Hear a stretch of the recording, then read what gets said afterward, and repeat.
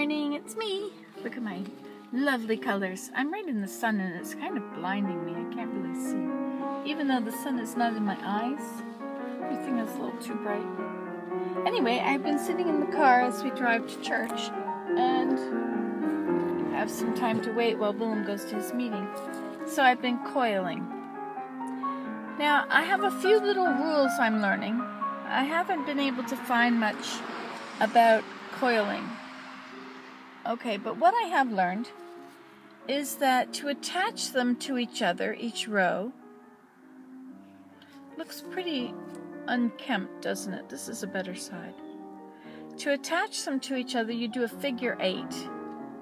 So you're on a row, you go behind your row and in behind the next row down, and then you go around it and come back out. So you've made a figure 8. Go around the top row again. And that's how you've hidden all of your connections.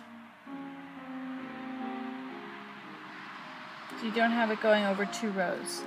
And you know, I think that would probably be the same thing with pine needle basketry. Anyway, I've always had a little trouble with that. So what I did this morning is I wet some bulrushes. I had them dried in the greenhouse. I have a lot of basketry materials in there. Anyway, and so what I've been doing, I've learned a few things. One thing, when you wrap it, when you go around, it's important that it doesn't get twisted. So sometimes it's easier to move the item. And you can wrap it a few times. So you have to keep untwisting. You can wrap it a few times and then you pull it against it. Now, corners seem to be pretty hard. If you want to make it flat, you almost have to bend it on a corner or fold it at an angle. Maybe my stuff is not wet enough. That might be a problem, but... So what I'm doing here is I've come in on this side, so I'm going to go through this. This is Caesar Frank in the background. And see, now sometimes it twists when you're doing it. So it's kind of important to keep it untwisted. So I'll go back in and I'll do that one again.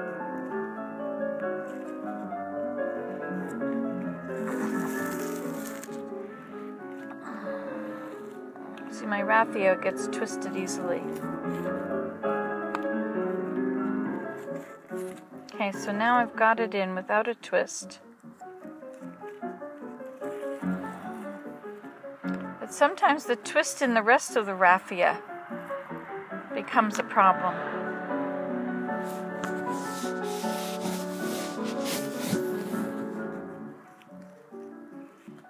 You see, now I will go in here to a little space there.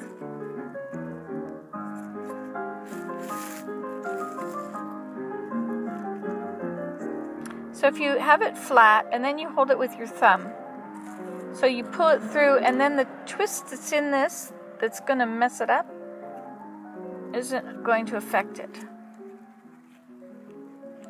And then you can go around this a few times.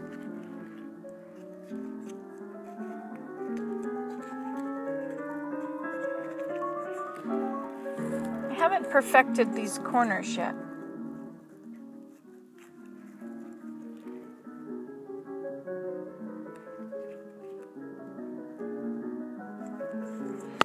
So you see here what's happened is it's making this figure 8, right?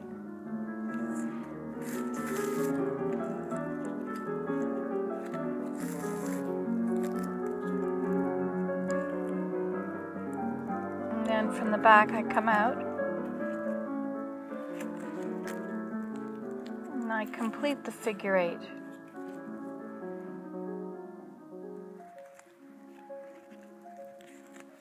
So I'm teaching this at Mira on Thursday, and since I've only ever made one, I think think I should probably do a few so I'm learning these little troubleshooting details.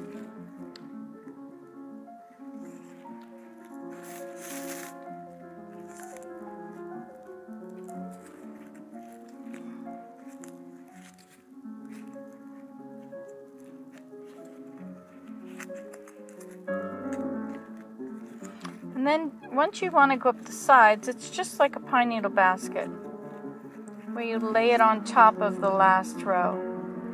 So this will start going on top like that.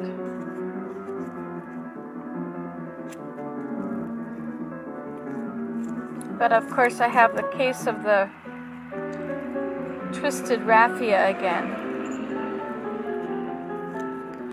And I think the way to avoid that would be to move the basket instead of the raffia.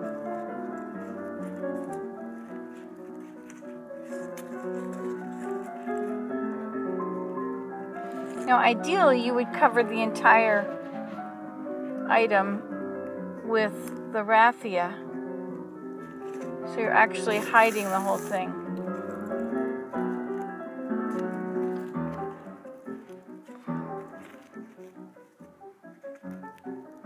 But being a less than ideal basket maker.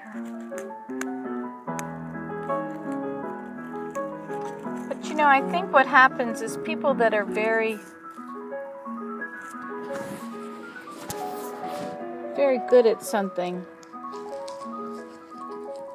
and people who have a very organized mind, probably do a better job of keeping everything straight and organized. So I'm now going to climb up on top of this.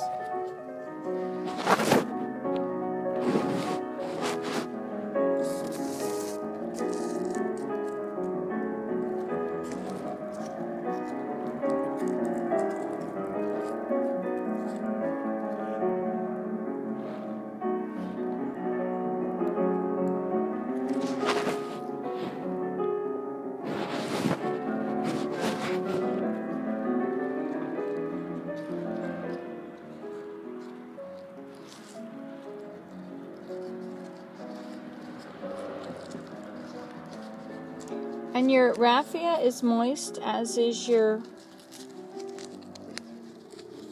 working item.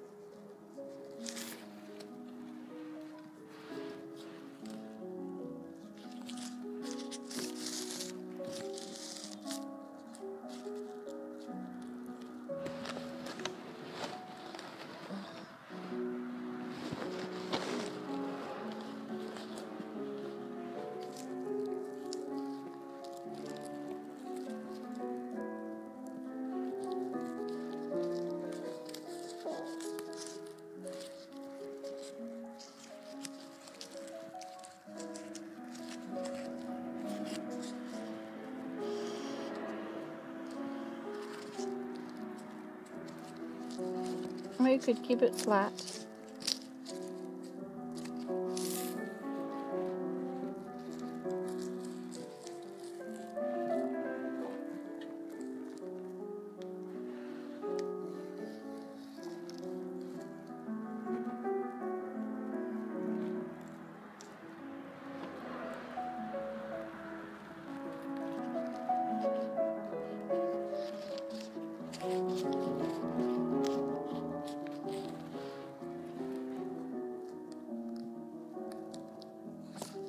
So you use a darning needle with a pretty big hole.